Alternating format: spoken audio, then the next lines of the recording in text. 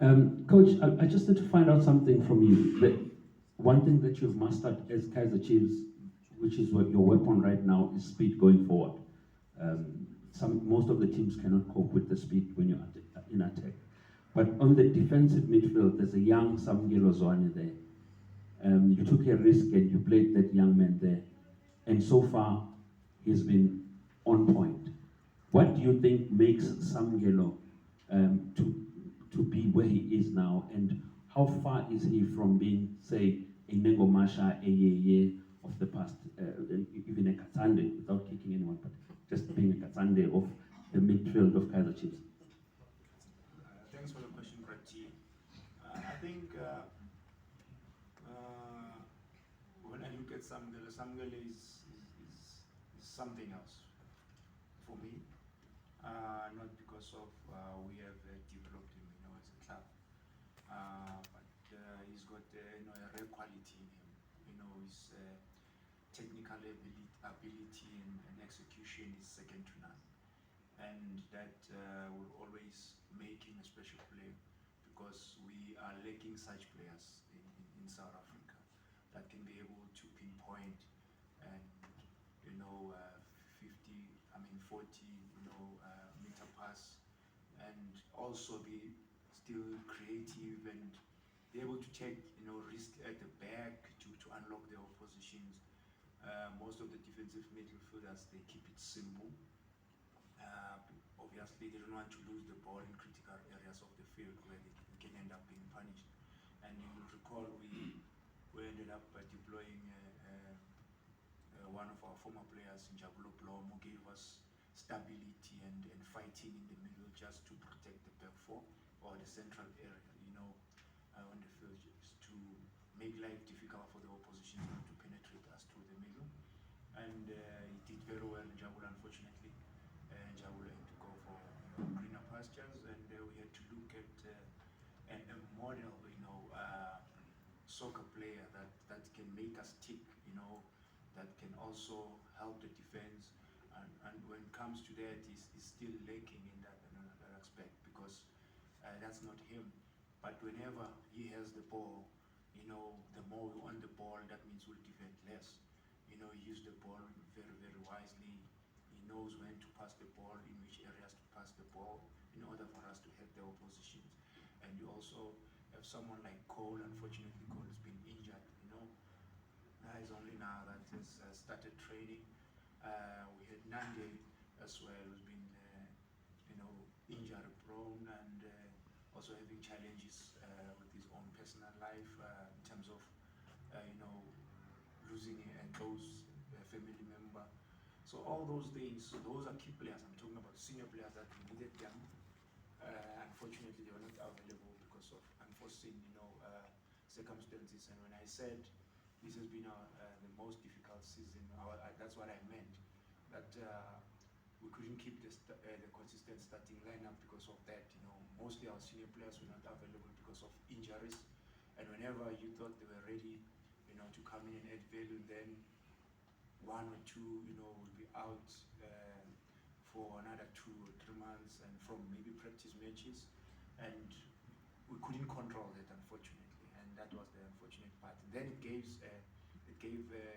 somebody the opportunity to shine, and we are grooming him, we are helping him to settle in, and because earlier on we didn't want to put him under pressure, and unfortunately he's in the thick of things right now, and he has to lead, and with the support of other senior players on the field, and even those who are not playing, they give him the support that he needs, and that's the plus that we have in this squad. Okay, sorry. Velile, and then Mr. Sfiso Ramara.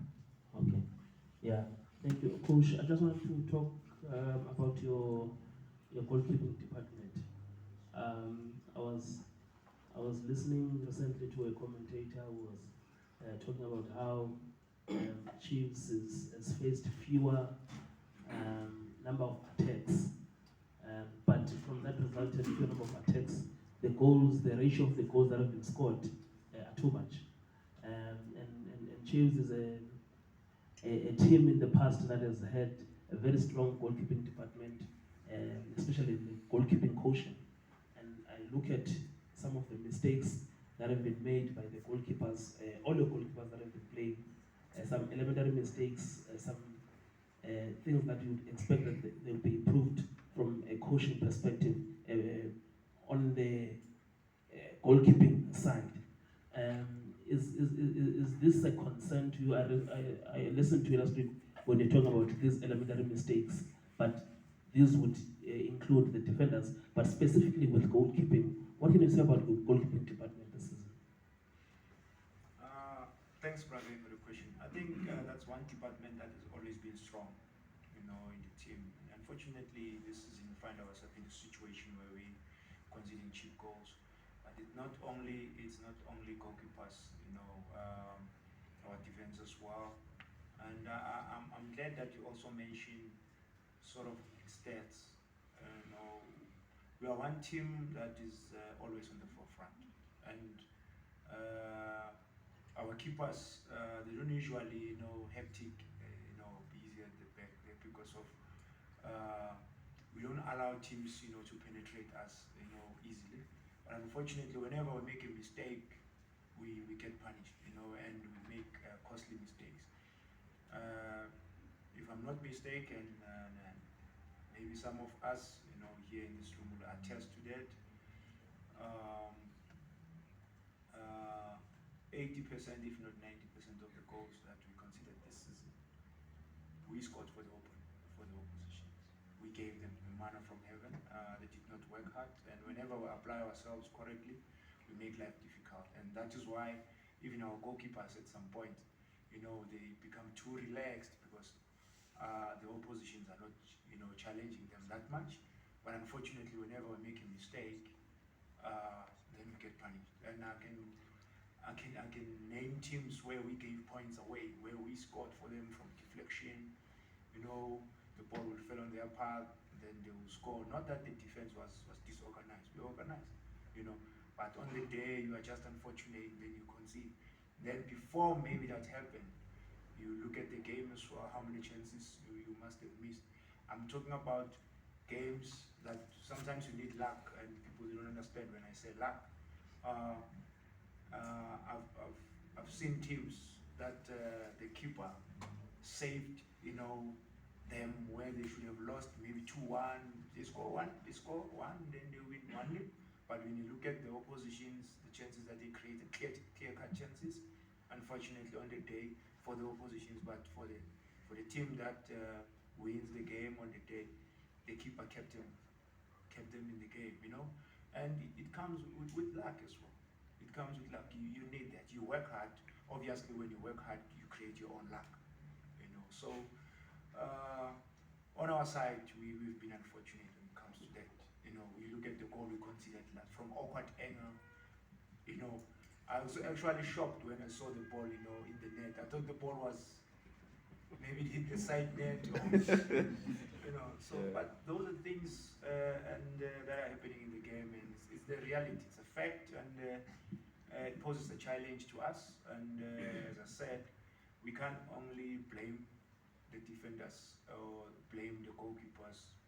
The entire team, and me as well as the head coach, I'm responsible to make sure that we change things for the better. But our forward, we start defending with them.